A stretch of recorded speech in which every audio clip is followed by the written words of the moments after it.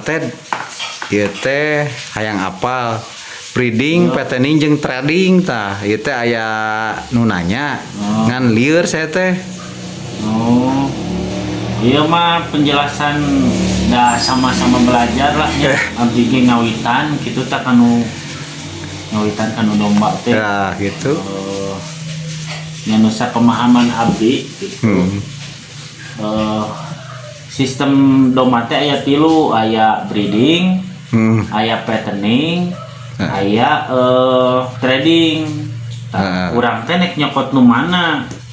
Lamun misalkan usaha domba teh mah nek nyokot ka breeding, fattening atau ka trading. Breeding tah naon tah? Lamun breeding mah ternak. Jadi orang misalkan meuli jalu hiji, domba 5, domba jalu ge mahal.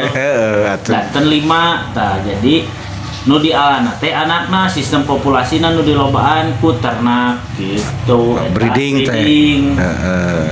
Nah, lamun fattening mah pembesaran. Jadi orang meuli domba jalu misalkan. Dek Idul Adha misalkan genep bulan deui ka Idul Adha ye.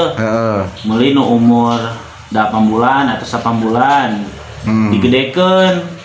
Tah, geus digedekeun nya dijual gitu eta fattening. Lamun misalkan trading mah banar lah. Jadi orang meuli misalkan ti saha kakandangkeun meuli jual gitu. Tah ayeuna baraya dek nyokot nu mana gitu, dek breeding, fattening atau trading. Oh gitu. Lamun misalkan anu modal sakali mah breeding. Jadi modal sakali breeding mah kan memang prosesnya panjang. Prosesnya lama, terus keuntungannya lalu tikan lah gitu. Tapi memang lebih halus mah breeding di jalanan, fattening oke di jalanan gitu. Jadi breeding na jam ATM, fattening na jam kahirupan sapopoe gitu.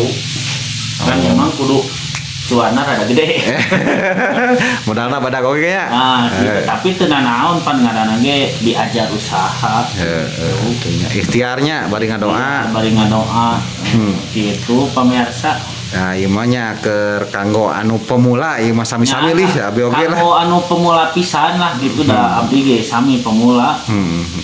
Pemula pisan abdi ge sami ngan baheula pernah ngarit ke